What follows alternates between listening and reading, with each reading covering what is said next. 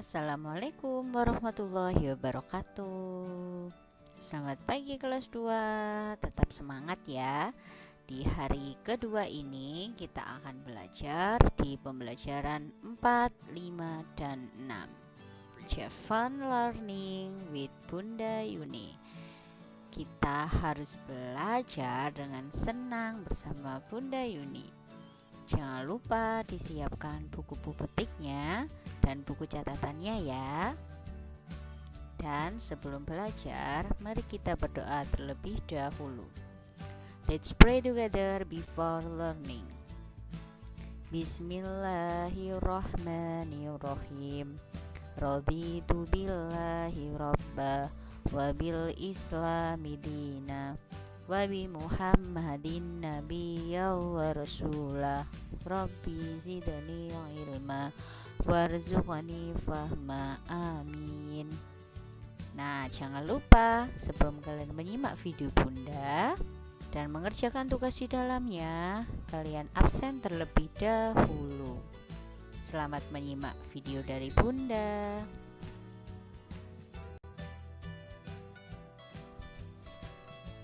Nah, di pembelajaran 4 kita belajar mengidentifikasi bahan buatan untuk membuat karya. Nah, kemarin ada contoh-contoh jenis karya yang bisa kita buat dengan bahan buatan seperti tas rajutan dari benang wol, lalu tas dari bekas makanan plastik, ada lagi dari kertas origami. Nah, hari ini kita belajar membuat karya dari kertas. Nah, kertas itu dapat dibuat karya hiasan dengan menggunakan teknik quilling. Nah, pasti kalian belum pernah mendengar sebelumnya. Apa teknik quilling? Teknik quilling yaitu seni menggulung kertas yang dibuat menyerupai hewan atau tumbuhan. Jadi, kalian bisa membuat karya seni yang menyerupai hewan atau tumbuhan itu dengan menggunakan teknik quilling. Nah, bagaimana ya caranya? Nah, caranya coba kalian lihat pada contoh gambar itu.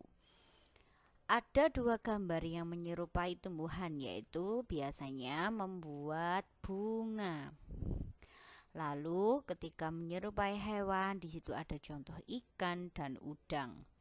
Coba perhatikan pada gambar tumbuhan.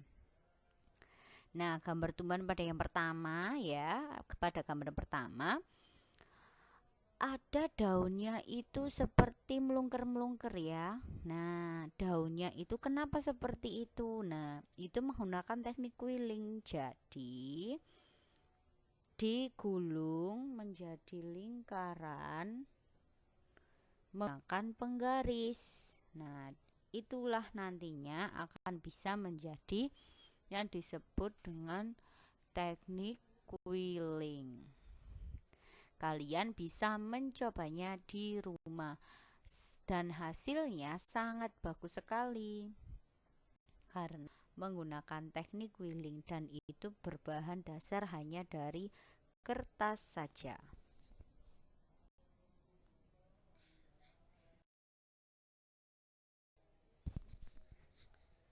Nah, kemarin kita juga sudah belajar menggunakan lebih berat dari, lebih ringan dari, atau sama berat dengan. Ya, kita belajar membandingkan berat benda. Nah, sekarang kita membandingkan berat benda jika berat benda itu ada 2 kelompok. Nah, kemarin kan cuma satu saja. Sekarang kita belajar membandingkan berat 2 kelompok benda. Nah, ketika kita membandingkan berat 2 kelompok benda, kita perlu menjumlahkan berat benda pada masing-masing kelompok terlebih dahulu. Selanjutnya, setelah dijumlahkan berat benda pada masing-masing kelompok, Lalu kita samakan satuan berat yang digunakannya. Di sini Bunda mempunyai contoh kelompok A dan kelompok B. Kelompok A, berat duku pada kelompok A yaitu 20 hektogram ditambah 20 hektogram. Maka hasilnya yaitu karena satuannya sama, jadi kita tinggal menjumlahkan saja, yaitu 40 hektogram. Lalu diubah menjadi ke kilogram. 40 hektogram jika diubah menjadi kilogram menjadi berapa? Menjadi 4 kilogram. Karena 1 kilogramnya yaitu 10 hektogram. Tinggal bolak-balik ya. Nah, sedangkan pada kelompok B, berat duku pada kelompok B yaitu ada 1 kilogram ditambah 1 kilogram ditambah 1 kilogram. Nah, satuannya sudah sama semua, yaitu kilogram. Kita tinggal menjumlahkan saja, yaitu menjadi 3 kilogram. Nah, jadi duku pada kelompok A lebih berat dari duku kelompok B, karena kelompok A berat dukunya seberat 4 kg, sedangkan kelompok B 3 kg. Jadi hasilnya adalah duku pada kelompok A lebih berat dari duku kelompok B. Atau kalian bisa membaliknya, duku kelompok B lebih ringan dari duku kelompok A. Nah, seperti itu. Jadi kalian jika ada soal seperti ini, kalian jumlahkan dulu pada kelompoknya, lalu kalian satukan kalian samakan satuan berat yang digunakannya itu apa. Lalu kalian bisa mengetahui beratan yang mana ya, atau ringan yang mana, apakah kelompok A, apakah kelompok B.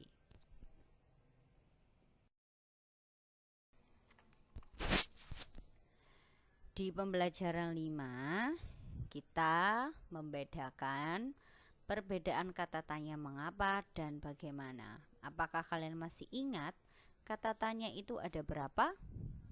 Iya, ada 7, yaitu adik Simba, apa, di mana, kapan, siapa, mengapa, bagaimana, dan berapa. Nah, kalian harus tahu bahwa untuk apa saja kata tanya itu ya, digunakan untuk menanyakan apa saja. Nah, di sini Bunda menjelaskan biasanya ada yang kebingungan. Apa bedanya kata tanya mengapa dan bagaimana? Kata tanya mengapa dan bagaimana itu memiliki perbedaan. Kata tanya mengapa digunakan untuk menanyakan sebab atau alasan. Sedangkan kata tanya bagaimana itu untuk menanyakan proses atau cara. Jadi, kalian harus bisa membedakan perbedaannya dan kegunaannya kata tanya mengapa dan bagaimana. Perhatikan contoh berikut.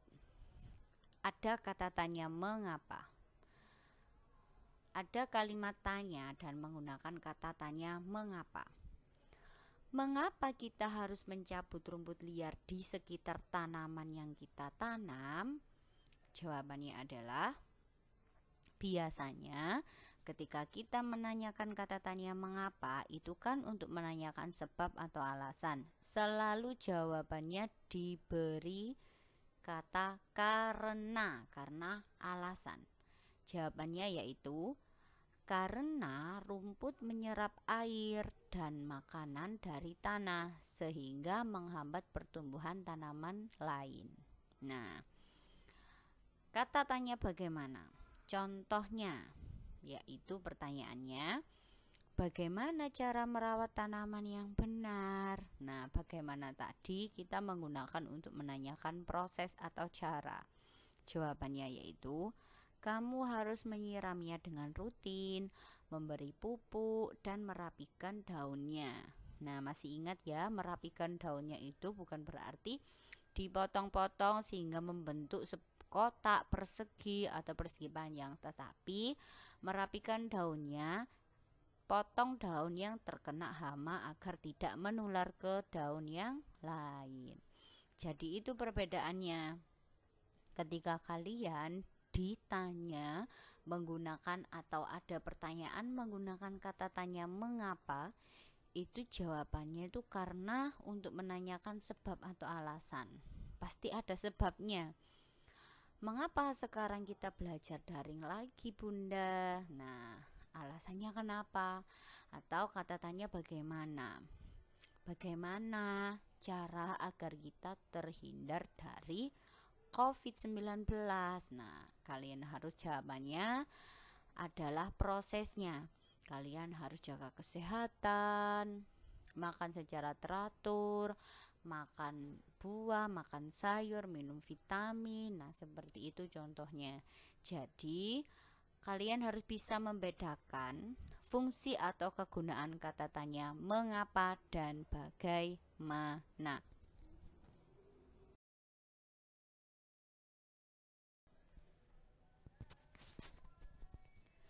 Selain kalian harus merawat tanaman di sekolah, kalian juga harus mengetahui tata tertib apa saja yang ada di sekolah. Nah, tata tertib di sekolah itu merupakan aturan yang harus dipatuhi dan dilaksanakan oleh semua warga sekolah. Masih ingat ya apa artinya tata tertib?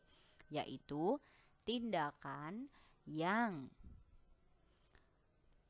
harus dipatuhi dan dilaksanakan. Nah, oleh siapa? Ketika ada tata tertib di sekolah, ya yang harus mematuhi, yang harus melaksanakan adalah semua warga sekolah. Semua warga sekolah itu termasuk guru, siswa, petugas kebersihan, kepala sekolah. Nah, jadi yang ada di dalam sekolah. Jadi ketika ada pertanyaan, tata tertib di sekolah wajib dipatuhi dan dilaksanakan oleh, jawabannya adalah semua warga sekolah. Nah, di sini ada contoh tata tertib apa saja yang ada di sekolah. Yang pertama, siswa memakai seragam sekolah sesuai jadwal yang ditentukan. Nah, sekarang karena pandemi, nah kita memakai pakaian yang bebas, sopan, dan rapi. Yang kedua, siswa datang ke sekolah sebelum bel berbunyi atau datang tepat waktu. Dan yang ketiga, setiap hari Senin, siswa wajib mengikuti upacara bendera. Atau kalian masih ingat, setiap hari Senin kita melakukan apel pagi. Yang keempat, semua warga sekolah wajib memelihara dan menjaga kebersihan di lingkungan sekolah, karena itu adalah tanggung jawab semua warga sekolah, termasuk merawat tanaman yang ada di sekolah.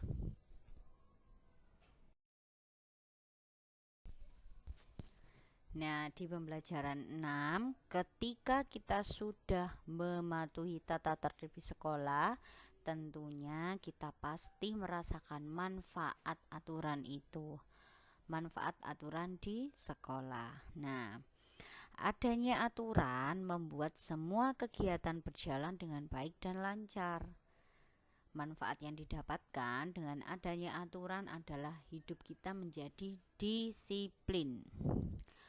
Berkali-kali dalam soal penilaian harian, Bunda selalu menyertakan soal ini. Adanya aturan membuat hidup kita menjadi disiplin, ya. Ingat, disiplin. Jawabannya adalah disiplin. Jadi, aturan di sekolah itu anak-anak dibuat untuk tujuan tertentu. Apa? Salah satunya menciptakan keteraturan di sekolah. Jadi, Aturan yang ada di sekolah dapat menciptakan keadaan yang tertib, aman, dan damai. Nah, ketertiban itu akan terwujud jika aturan itu dijalankan dengan baik. Nah, ketika aturan dijalankan dengan baik, maka kita akan memperoleh manfaatnya. Apa manfaatnya mentaati aturan sekolah? Yang pertama, lingkungan sekolah menjadi bersih, rapi, dan tertata dengan baik. Yang kedua, proses belajar mengajar berlangsung tertib. Yang ketiga, terjalin rasa kekeluargaan, sopan santun, dan saling menghargai. Nah, jika aturan di sekolah itu dilanggar, maka akan terjadi kekacauan. Seperti lingkungan sekolah kita menjadi kotor dan tidak tertata dengan rapi, sehingga ketika kita belajar maka tidak nyaman dan terganggu. Dan keadaan menjadi kacau karena kita tidak mentaati aturan sekolah. Misalkan di kelas kita tidak memperhatikan guru saat guru menjelaskan, maka proses belajar mengajarnya tertib apa tidak? Tidak, pasti akan menjadi kacau. Nah, untuk itu kalian semuanya harus ada kesadaran dan kepatuhan sebagai warga sekolah untuk mentaati aturan, karena kalian ada di dalam lingkungan sekolah. Kalian juga bisa mengajak orang lain agar mau melaksanakan aturan yang ada di sekolah, terutama yang ada di kelas. Seperti apa? Ketika ada temannya rame, kalian mengingatkannya bahwa ketika di kelas, ketika guru menjelaskan, tidak boleh ramai atau berbicara sendiri. Nah, yang kedua, kalian juga bisa memberikan contoh perilaku kalian ketika kalian taat terhadap aturan yang ada di sekolah. Dan kalian bisa memberitahu bahwa akibat apa yang akan diperoleh jika melanggar aturan. Jadi, aturan, tata tertib yang dibuat di sekolah itu mempunyai manfaat yang sangat banyak dan bisa membuat hidup kita menjadi disiplin.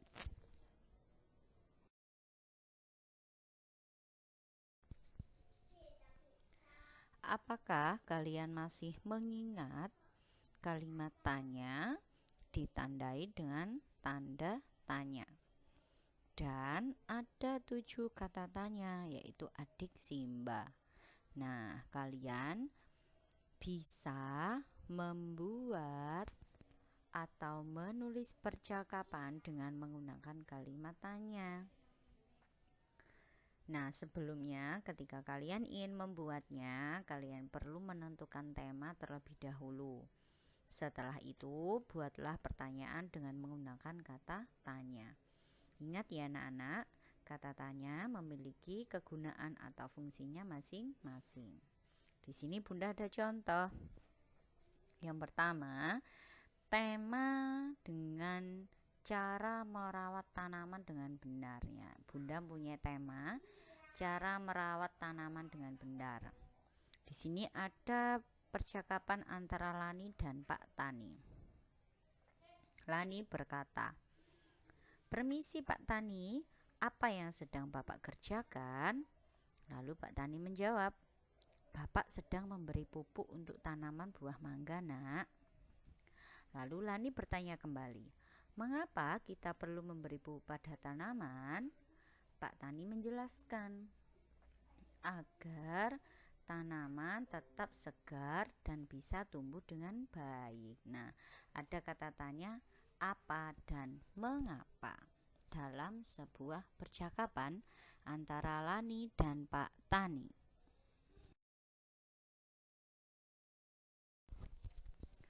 Nah, tugas kalian hari ini yaitu menjelaskan tata tertib saat jam istirahat di sekolah. Jadi, salin soal di bawah ini di buku tugas kalian ya. Caranya seperti apa? Nomor 1. Apakah perilaku nomor 1 itu patuh atau tidak patuh? Jika patuh, kalian beri alasannya mengapa. Dan jika tidak patuh, kalian memberi alasannya kenapa kok sikap itu tidak patuh. Jangan lupa kalian tulis dengan rapi dengan membuat kolom seperti contoh Bunda Yuni ya. Dan dikirim ke Google Classroom Bunda Yuni. Bunda tunggu.